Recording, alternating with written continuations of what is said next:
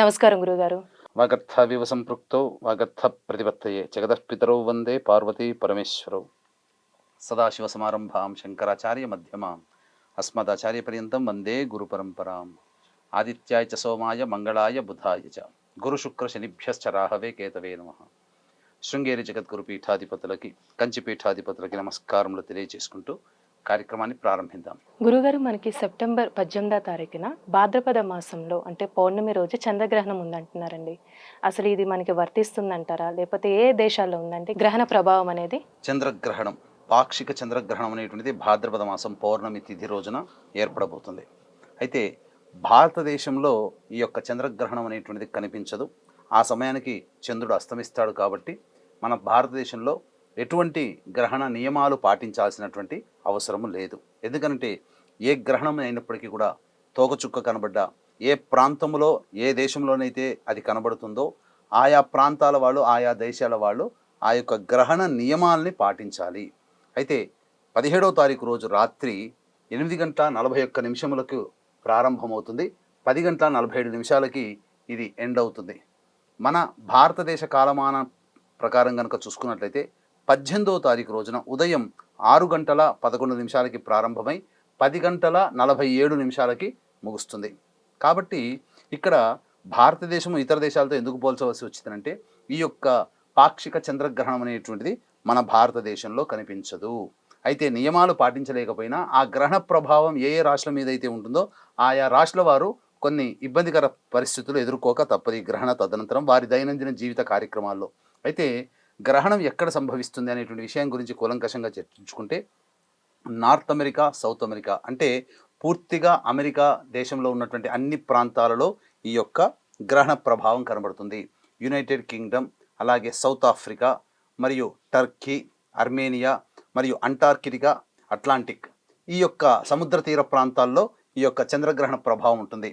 మన భారతదేశానికి వచ్చేసరికి ముంబై తీర ప్రాంతంలో కొన్ని ప్రదేశాలలో కొద్దిగా టచ్ అవుతుంది. ఎందుకంటే సముద్ర తీరానికి దగ్గరగా ఉంది కాబట్టి ముంబైకి ఆ ప్రాంతంలో కొద్దిగా టచ్ అవుతుంది. 15 నిమిషాలు మాత్రమే ఈ గ్రహణ ప్రభావం మన భారతదేశంలో ముంబై తీర ప్రాంతంలో ఉన్నటువంటి వాళ్ళకి కొంత ఎఫెక్ట్ అవుతుంది.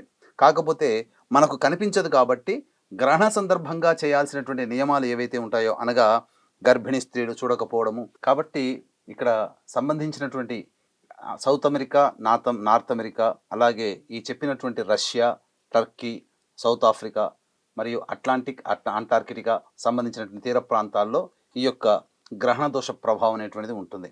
అయితే ఇక్కడ గమనించాల్సినటువంటి అంశం ఏంటంటే పూర్వాభాద్ర నక్షత్రంలో ఏర్పడబోతుంది. కాబట్టి మీనరాశిలో ఉన్నటువంటి వారికి ఈ యొక్క ప్రభావం అధికంగా ఉంటుందని చెప్పవచ్చు. అయితే ఇక్కడ గమనించాల్సినటువంటి ప్రధానమైనటువంటి అంశం ఏంటంటే వీక్షించేటువంటి ప్రేక్షకుల్లో మీ యొక్క హితులు, బంధువులు, స్నేహితులు, అలాగే తెలిసిన వాళ్ళు వీళ్ళందరూ కూడా అమెరికా ప్రాంతంలో మీకు నివసించి ఉండవచ్చు. కాబట్టి అమెరికాలో ఉన్నటువంటి వాళ్ళందరికీ కూడా ఈ యొక్క ప్రాంత ప్రభావం అనేటువంటిది, చంద్రగ్రహణ ప్రభావం అనేటువంటిది ఉంటుంది.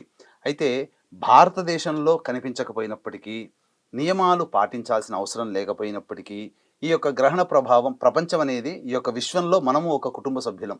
మన భారతదేశం కూడా ఒక చిన్నపాటి ఊరు లాంటిది. కాబట్టి ఎక్కడ ఎవరు జన్మించినా, ఎక్కడ ఏ గ్రహణాలు ఏర్పడినప్పటికీ ఆ గ్రహణం ఏ నక్షత్రంలో ఏర్పడుతుంది, ఏ రాశిలో ఏర్పడుతుందో ఆ రాశిని బేస్ చేసుకుని ఏ రాశిలో జన్మించిన వాళ్ళకి ఏ విధమైనటువంటి ఇబ్బందులు కలుగుతాయనేది మొత్తం ప్రపంచంలో ఉన్న మానవులకు అందరికీ కూడా వర్తిస్తుంది. శాస్త్రం ఇదే చెబుతుంది. కాబట్టి నియమాలు పాటించలేకపోయినా దీని ప్రభావాన్ని మాత్రం ఆయా రాష్ట్రాల వారు ఎదుర్కోక తప్పదు. నియమాల విషయానికి వచ్చేసేసరికి మనము అమెరికా ప్రాంతంలో ఉన్నటువంటి వారు ఎటువంటి నియమాలు పాటించాలి? ముఖ్యంగా సాయంత్రం 6 గంటల లోపల భోజనాది కార్యక్రమాలు అనేటువంటివి పూర్తి చేసుకోవాలి. గర్భిణీ స్త్రీలు ఈ యొక్క గ్రహణాన్ని అమెరికా ప్రాంతంలో ఉన్నటువంటి వాళ్ళు ఎవ్వరు కూడా చూడకూడదు. ముఖ్యంగా వృద్ధులకి, చిన్నపిల్లలకి దీని యొక్క ఎగ్జంప్షన్స్ ఇచ్చారు కాబట్టి ఈ విధంగా ఈ సంబంధించినటువంటి భోజనాది కార్యక్రమాలు 7 గంటలకైనా భోజనం చేయవచ్చు. కానీ మిగతా వాళ్ళందరూ సాయంత్రం 6 గంటల లోపల ఈ యొక్క భోజనాలన్నీ పూర్తి చేసుకోవాలి. నిల్వ ఉన్నటువంటి పదార్థాలన్నీ కూడాను పక్కకు పెట్టేయాలి. ఏదైనా కొన్ని పరిస్థితుల్లో గనక నిల్వ ఉంచాల్సినటువంటి పరిస్థితులు ఉన్నప్పుడు ఆ యొక్క పదార్థాలలో దర్భపుల్ల వేసి ఆ గ్రహణ సమయం అంతా ఉండాలి. అయితే ముఖ్యంగా సంధ్యా సమయం కల్లా కూడా ఇల్లంతా కూడా శుభ్రపరచుకొని ఉండాలి. తరువాత ఈ గ్రహణ సందర్భంగా ఏ రాశులు అనేటువంటివి ఎఫెక్ట్ అవుతాయో చెప్తాను. ఆయా రాశిలో ఉన్నటువంటి వాళ్ళు ఈ యొక్క గ్రహణాన్ని చూడకూడదు. అంతేకాకుండా ఈ యొక్క గ్రహణ సందర్భంగా జపము అనేటువంటిది చేసుకున్నట్లయితే, దైవానుగ్రహాన్ని పొందే ప్రయత్నం గనక చేసుకున్నట్లయితే తప్పకుండా ఆ గ్రహణ దోష ప్రభావం నుంచి బయటపడతారు. అంతేకాకుండా ఎవ్వరైనా కానీ ఈ యొక్క వీక్షిస్తున్నటువంటి ధాత్రి టీవీ ప్రేక్షకులు ఎవరైనా కానీ ఈ యొక్క గ్రహణ సమయంలో భారతదేశంలో ఉన్నవాళ్ళు, అలాగే విదేశాల్లో ఉన్నవాళ్ళు ఖచ్చితంగా ఆ గ్రహణ సమయంలో గనక మీరు ఏ దేవనామం జపం చేసినా, లేదా ఒక మాల జపం చేస్తే 1000 మాలలు జపం చేసినటువంటి ఫలితం మనకు కలుగుతుంది. కాబట్టి భారతదేశానికి తర్జుమా చేసుకున్నట్లయితే ఆ సమయం భారతదేశంలో ఎప్పుడు ఏ టైంలో అప్లికబుల్ అవుతుందో కూడా తెలుసుకుందాం. ఇక వివరాల్లోకి వెళ్ళినట్లయితే మీన రాశిలో ఈ యొక్క గ్రహణ ప్రభావం ఏర్పడుతుంది కాబట్టి కుంభ, మీన, మేష, మిథున, కర్కాటక, కన్య, వృశ్చిక ఈ 7 రాశుల్లో ఉన్నటువంటి వాడు ప్రపంచంలో ఎక్కడ ఉన్నా, ఇంక్లూడింగ్ భారతదేశంతో సహా ఎక్కడ ఉన్నా ఈ యొక్క గ్రహణ ప్రభావానికి గురవుతారు. ఏం జరుగుతుంది గ్రహణ ప్రభావం అనేటువంటి విషయాన్ని కనుక చూసుకున్నట్లయితే ప్రధానంగా మనము చరిత్రని చూసుకొని మనం చూసుకోవాలి. మీరు గ్రహణం అనేటువంటిది ఏర్పడిన సందర్భంలో చరిత్రలో వెళ్ళినట్లయితే గ్రహణానికి ముందు, గ్రహణం తర్వాత అనేకమైనటువంటి సహజమైనటువంటి మారణ హోమాలు జరిగినటువంటి సంఘటనలు కోకొల్లలు. కాబట్టి ఈ యొక్క గ్రహణం అనేటువంటిది ప్రధానంగా మనకు వర్తించకపోయినప్పటికీ మనము ఆ ప్రభావానికి గురయ్యాం. చూడండి, ఎన్నో ప్రాంతాలు ప్రకృతి విపత్తులకి గురి అయ్యాయి. మన ఆంధ్రదేశంలో కూడా ప్రకృతి విలయాలు అనేటువంటివి ఏర్పడ్డాయి, చూశాం కదా.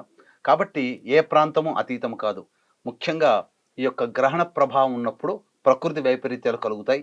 అలాగే ఈ యొక్క గ్రహణ ప్రభావం ఏ రాష్ట్రాల వారికి అయితే చెప్పబడిందో ఆ రాష్ట్ర వారికి వారు చేస్తున్నటువంటి వృత్తి, ఉద్యోగ, వ్యాపారాల్లో, కుల వృత్తుల్లో వాళ్ళకి సమస్యలు వస్తాయి.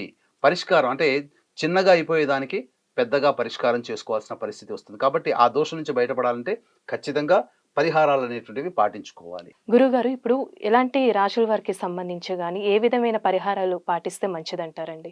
ప్రధానంగా ఇక్కడ గమనించుకున్నట్లయితే ఈ యొక్క చంద్రగ్రహణ ప్రభావం చెప్పినటువంటి విధంగా కుంభమీన, మేష, కర్కాటక, మిథున, కన్య, వృశ్చిక రాశిలో జన్మించినటువంటి వారికి ఈ యొక్క గ్రహణ దోష ప్రభావం ఉంటుందని చెప్పడం జరిగింది. కాబట్టి ముఖ్యంగా ఈ రాశుల వారు ఈ యొక్క గ్రహణాన్ని చూడకూడదు. గ్రహణ సమయంలో అందరూ కూడా, ప్రపంచంలో ఉన్నటువంటి ఎవ్వరైనా కానీ అందరూ కూడా సర్వసాధారణంగా ఇష్టదేవత ఆరాధన చేసుకోవచ్చు. ఏదైనా గురువు ఉపదేశించిన మంత్రం కానీ, లేకపోతే విష్ణు సహస్రనామం, లలితా సహస్రనామం, శివ సహస్రనామం, దుర్గా సహస్రనామం, ఇలా లక్ష్మీ సహస్రనామం, గణపతి సహస్రనామం, షణ్ముఖ సహస్రనామం, ఇలా ఏదైనా కానీ దేవతా సహస్రనామాలు వీలైనన్ని సార్లు, శ్రీదేవి ఖడ్గమాల స్తోత్రం, ఇలా మణిద్వీప వర్ణన, ఇలా వీలైనన్ని సార్లు ఆ యొక్క సమయంలో మనం ఈ యొక్క జపం అనేటువంటిది చేసుకోవచ్చు. ఒక్క మాల జపం చేస్తే 1000 మాలలు జపం చేసినటువంటి ఫలితం.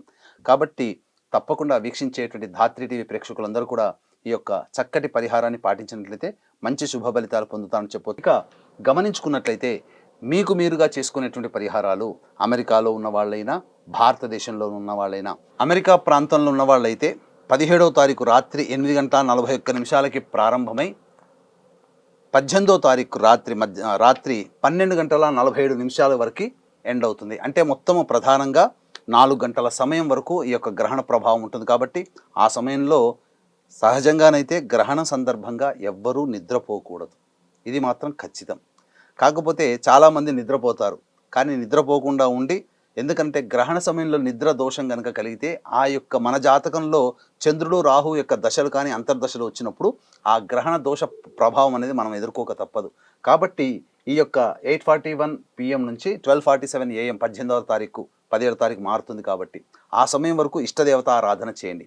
తదనంతరం తెల్లవారి లేచిన తర్వాత ఇల్లంతా మళ్ళీ శుభ్రపరచుకొని ఈ యొక్క దేవతా చిత్రపటములు, దేవతా పూజా మందిరం అంతా కూడా శుభ్రంగా కడుక్కొని ఆవు నేతితో దీపారాధన చేసి అప్పుడు శివ సహస్రనామం కానీ, లలితా సహస్రనామం కానీ పారాయణం చేయండి.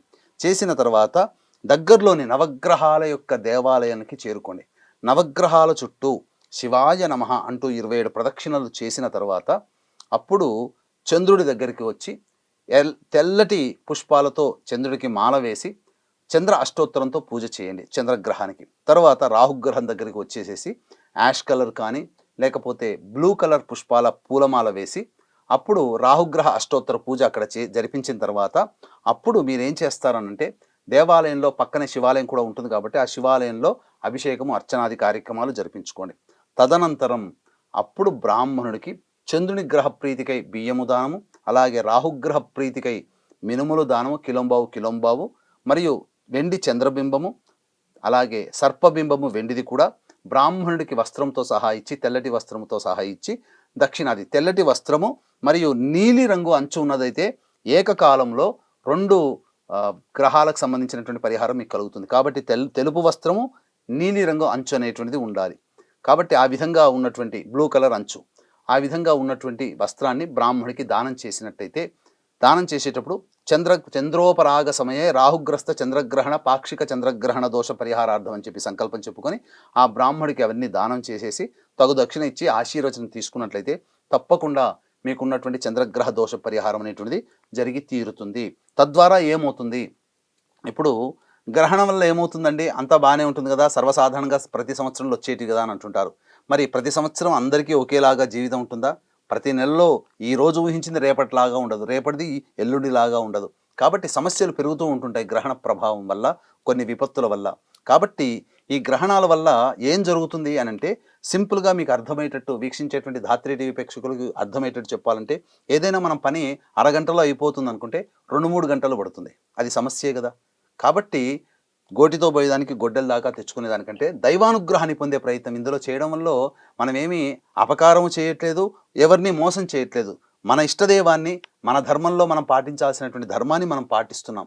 కాబట్టి వేల సంవత్సరాల నుంచి ఈ రకమైనటువంటి విధానాన్ని పాటిస్తున్నాం. కాబట్టి మీరు కూడా వీక్షించేటువంటి ధాత్రి టీవీ ప్రేక్షకులు కూడా చక్కగా ఈ యొక్క పరిహారాన్ని పాటించినట్లయితే తప్పకుండా మీకు ఆ యొక్క చంద్రగ్రహణ దోష ప్రభావం తగ్గుతుంది.